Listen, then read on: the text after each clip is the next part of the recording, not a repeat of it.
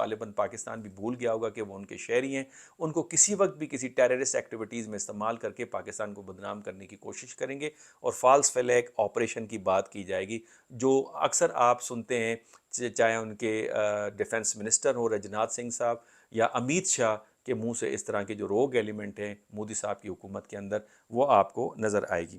اب اس کے بعد جو سکھ کمیونٹی ہے اس کو ٹارگیٹ کیوں کیا جا رہا ہے؟ سکھ کمیونٹی کو اس لیے ٹارگیٹ کیا جا رہا ہے کہ جس طرح سے مسلمانوں کو دیوار کے ساتھ لگایا گیا، گجرات کے فسادات جس پہ BBC نے سیربین بنائی اور وہ سیربین کی رپورٹ کو نہیں چلنے دیا اور ان کے آفیسز کو بند کروانے کی کوشش کی گئی، اس کی بنیادی وجہ یہ تھی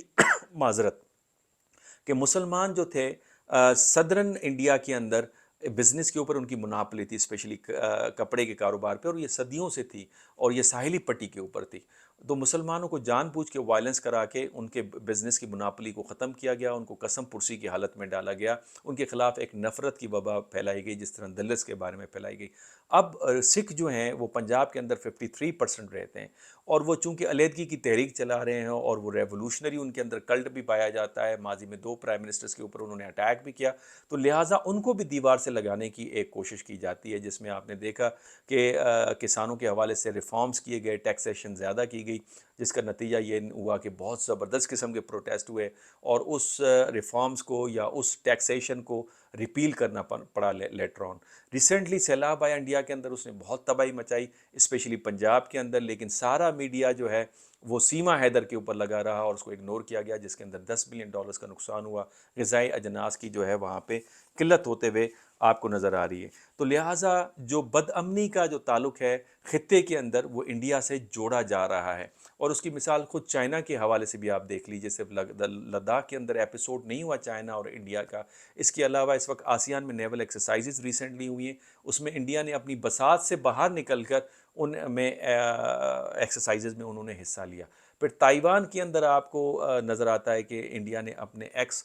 سروسز کے جو چیفز ہیں ان کو وہاں پہ بھیجا، پھر اپنے اسٹیٹمنٹس کے اندر ون چائنا پالیسی کو انہوں نے نکال کے باہر پھینک دیا۔ اگر آپ امریکہ کو دیکھیں تو امریکہ آج بھی ون چائنا پالیسی کو تسلیم کرتا ہے، اپنی اسٹیٹمنٹ کے اندر رکھتا ہے، البتہ وہ کہتا ہے کہ زور بازو پہ ویپنز کے ساتھ ملٹری اسٹرینتھ کے ساتھ تائیوان کو اپنے ساتھ نہ ملائیں، اور یہی وجہ ہے کہ امریکہ دوبارہ ٹیکنیکلی چائنا کے ساتھ اپنی کمیونیکیشن ورکنگ ریلیشن شپ کو جوڑنے کی کوشش کر رہا ہے، ہیلدی کمپٹیشن کی بات کر رہا ہے۔ آپ نے دیکھا سیکٹری بلنکن نے وزٹ کیا، سیکٹری کامرس نے وزٹ پے کیا، سیکٹری جو ان کا فائنانس ہیں انہوں نے وزٹ پے کیا، یہاں تک کہ جو ان کے جو بائیڈن کے جو کلائمیٹ کے جو ایڈوائزر ہیں جان کیری، انہوں نے وزٹ پے کیا چائنا کا، اور ابھی ریسنٹلی مالٹا میں آپ نے دیکھا کہ جہاں پہ جیک سیلیون جو کہ ایڈوائزر ہیں سیکیورٹی کے جو بائیڈن صاحب کے، انہوں نے ملاقات کی چائنیز فارن منسٹر کے ساتھ۔ تو ایک کمیونیکیشن دوبارہ اسٹیبلش ہوتے ہوئے نظر آ رہا ہے، جس کے اندر انہوں نے یہ طے کیا کہ military to military contact limited level کے اوپر قائم کی جائے گی، تاکہ کسی بھی مس پرسیپشن کو ڈیولپ ہونے نہیں دیا جائے، جس طرح hot line 1962 Cuban missile crisis کے بعد فارمر سوویت یونین اور امریکہ کے درمیان میں قائم کی گئی تھی۔ تو لہٰذا چائنا کا معاملہ ہو، انڈیا کا پاکستان کا معاملہ ہو، افغانستان کا معاملہ ہو، قطر کا معاملہ ہو، تو India as a source of instability کے طور پہ ابھر کے سامنے آ رہا ہے۔ اب سکھ جو ہیں جس میں جگبیت سنگھ ہیں، انہوں نے اس مسئلے کو بہت اٹھایا ہوا ہے، اس وقت کینیڈا کے اندر اپوزیشن لیڈر کے طور پہ قائم کیا انہیں بتایا جا رہا ہے، اور کولیشنر پارٹنر ہیں 20% کے، اور ڈیفنس منسٹر ہیں، اور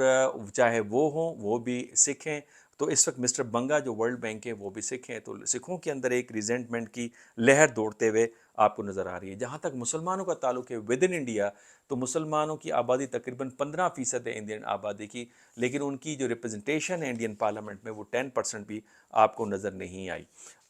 قمر چیمہ صاحب کو میں سن رہا تھا، انہوں نے اپنے ایک ٹیلی ویژن نیٹ ورک میں ایک بڑی امپورٹنٹ بات کی، انہوں نے کہا کہ انڈیا کا بیہیویئر جو کینیڈا کی طرف ہے اس کی جو بنیادی وجہ ہے، انڈیا کینیڈا کو ایک کمزور ملک کے طور پہ لے رہا ہے۔ یہی وجہ ہے کہ G20 میں جب کینیڈین پرائم منسٹر آئے تو ان کا مذاق اڑایا گیا، ان ڈپلومیٹیکلی ان کے ساتھ بیہیویئر رکھا گیا، ان کا جہاز خراب ہوا تو ان کے جہاز کے اوپر بہت زیادہ مذاق اڑایا گیا کہ کیا یہ ڈیولپ کنٹری ہے، اور ویسے بھی کینیڈا اور انڈیا کے درمیان میں فاصلے شروع سے موجود تھے۔ کینیڈینز بڑے سینسٹیو آپ کو نظر آتی ہیومن رائٹس وائلیشن کے حوالے سے انڈیا کے اندر، چاہے وہ پنجاب کے حوالے سے ہوں، کرسچنس کے حوالے سے ہوں، مسلمس اینڈ دلتس اینڈ کشمیریوں کے حوالے سے ہوں، بڑے ووکل نظر آتے ہیں۔ جب کینیڈین پچھلی دفعہ بھی پرائم منسٹر آئے تھے تو وہ بڑے ووکل تھے اس حوالے سے، اور chief minister of Punjab Indian side کے، انہوں نے ان کو آفیشلی جا کے ریسیو بھی نہیں کیا تھا. تو ایک فاصلہ آپ کو اس حوالے سے نظر آتا ہے, اور میرا یہی سٹانس ہے پاکستان کے حوالے سے کہ بہت سی مماثلت نظر آتی ہے کینیڈین سٹانس اور پاکستانی سٹانس کے اوپر ہیومن رائٹس وائلیشن جو انڈیا کے اندر ہو رہی ہے. اور کینیڈا جو ہے وہ اپنی اکانومی کو ڈائیورسیفائی کرنا چاہتا ہے, تو میں سمجھتا ہوں اس موقع سے پاکستان فائدہ اٹھا سکتا ہے, اور پاکستانی حکومت اور فارن آفس کو اس حوالے سے سوچنا ہوگا. لہٰذا جو سکھ کمیونٹی ہے اس کو کچلنا چاہتے ہیں, سائڈ پہ کرنا چاہتے ہیں, اور اس کی بنیادی وجہ یہ ہے کہ بہت زیادہ سکھ کمیونٹی کا آنا جانا کینیڈا کے ساتھ ہے. بہت بڑی جو انڈین ڈیاسپورا ہے سکھ کمیونٹی کا, وہ کینیڈا کے اندر رہتے ہیں, اکنامکلی اسٹرانگ ہیں, پولیٹیکلی اسٹرانگ ہے. اور جس طرح میں نے کہا جو اپوزیشن پارٹی ہے وہ اس وقت پارٹنر ہے جسٹن ٹروڈو کی 20% کی, اور ان کے جو ڈیفنس منسٹر ہیں انڈین نژاد سکھ وہاں پہ ہیں جن کا میں نے نام بھی آپ کے سامنے لیا. سوال یہ پیدا ہوتا ہے کہ خود کینیڈا بھی G7 کا ممالک ہے, اور G7 نے ہمیشہ انڈیا کو, ابھی ریسنٹلی جاپان میں میٹنگ ہوئی, ایز اے آبزرور انہوں نے منگوایا. G7 امیر ملکوں کا جو ہے وہ ایک گروپ ہے, اور سارے مغربی ممالک ہیں. تو G7 کینیڈا G7 کا بھی ممبر ہے, نیٹو کا بھی ممبر ہے. اور جب کینیڈین پرائم منسٹر پارلیمنٹ میں اپنی یہ کہتے ہیں کہ یہ کینیڈا کی خود مختاری کے اوپر ایک حملہ ہے, اپنے الائز کے ساتھ مل کے بات کریں گے, اور یہ صرف کینیڈا پہ حملہ نہیں ہے, یہ مانا جا رہا ہے کہ یہ حملہ US کے اوپر بھی ہے, یہ حملہ فرانس کے اوپر بھی ہے, یہ حملہ برٹن کے اوپر بھی ہے. اور اس سے جو انڈین امیج ہے, تاثر جو ہے, جو بڑا پازیٹیو G20 سمٹ کے اوپر ہوا, اور چندریان کے اوپر پہنچنے کے حوالے سے ہوا, اور پھر بہت ساری انویسٹمنٹ انڈیا کے اندر آ رہی تھی, اس تاثر کو بہت ایک قسم کا جھٹکا پہنچتے ہوئے آپ کو نظر آ رہا ہے. اب یہ مودی صاحب اس طرح کا بیہیویئر کیوں ہے انڈیا کا؟ کیا انڈیا کا جو سیکولر جو چہرہ تھا وہ مسخ ہوتے ہوئے نظر آ رہا ہے؟ بالکل مسخ. خود انڈین جو بہت سارے اینالسٹ ہیں,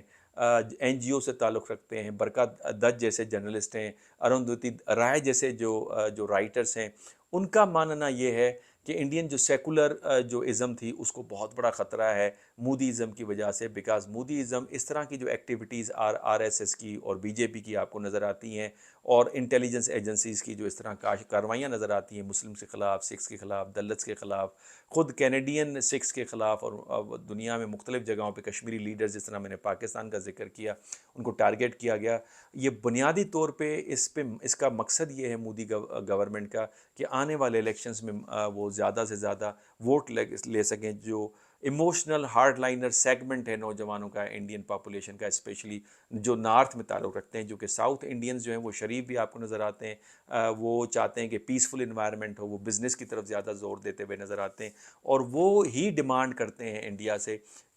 پچھلی دفعہ بھی انہوں نے ڈیمانڈ کی کہ پرامن انداز سے رہیں اور چائنا کے ساتھ کسی قسم کی جنگ نہ ہو. اب سوال یہ پیدا ہوتا ہے کہ انڈیا واقعی ایک جمہوری ملک کے طور پہ ابھرتا ہے. اگر انڈیا کے پریس کی حالت دیکھیں تو اس کے اوپر کریک ڈاؤن ہوتے ہوئے نظر آتا ہے. کشمیر میں دیکھیں تو کریک ڈاؤن نظر آتا ہے, جس میں الجزیرہ کی رپورٹ ہے. یہاں تک کہ BBC نے اگر رپورٹ دی کہ میڈیا کے اوپر کریک ڈاؤن ہے, تو BBC کو دھمکیاں ملنا شروع ہو گئیں کہ ان کے خلاف لیگل کارروائی کی جائے گی, جس کو الجزیرہ نے بھی رپورٹ کیا ہے اور BBC نے بھی رپورٹ کیا ہے. پھر جب پریزیڈنٹ جو بائیڈن تشریف لاتے ہیں اور مودی صاحب کے ساتھ ان کی میٹنگ ہوتی ہے, تو اس میں بھی پریس کو الاؤ نہیں کیا جاتا کہ وہ اس کو کور کریں. اس کی بنیادی وجہ یہ کہ کہیں جے پور کے بارے میں, منی پور کے بارے میں سوالات نہ اٹھیں کہ وہاں پہ کرسچنز کمیونٹی کے ساتھ آپ کیا کر رہے ہیں. بہرحال ایک یہ بہت بڑی ڈیولپمنٹ آپ کو نظر آتی ہے. انڈیا اور کینیڈا کے درمیان میں فاصلے بڑھتے ہوئے نظر آتے ہیں. ایک دنیا کا سیکنڈ لارجسٹ کنٹری ہے ان ٹرمز آف ایریا, اور انڈیا دوسری طرف 7th لارجسٹ کنٹری ہے. انڈین کی اکانومی جو ہے وہ تقریباً $3.3 ٹریلین کی ہے, تو کینیڈین اکانومی بھی $2 ٹریلین کی ہے. کینیڈا کو ایڈوانٹیج یہ ہے کہ وہ ڈیولپ نیشن میں مانا جاتا ہے, اور اس کے علاوہ ان کی اور امریکہ کے اندر رہنے والے جو لوگ ہیں ان کا اوریجن ایک ہے, کلچر ایک ہے, اور وہ ویسٹ کے اندر کاؤنٹ ہوتا ہے. تو سوال یہ پیدا ہوتا ہے کہ کیا ویسٹ جو رسپونڈ ہے ان کا یونانیمس ہوگا, لیکن یا پھر دوبارہ اسٹریٹجک انٹرسٹ کی وجہ سے اور اکنامک انٹرسٹ کی وجہ سے انڈیا کو اپیز کریں گے. آپ کے کمنٹس کا انتظار رہے گا. نئے ٹاپک کے ساتھ آپ کی خدمت میں دوبارہ حاضر ہوں گے. اجازت دیجیے. اللہ حافظ.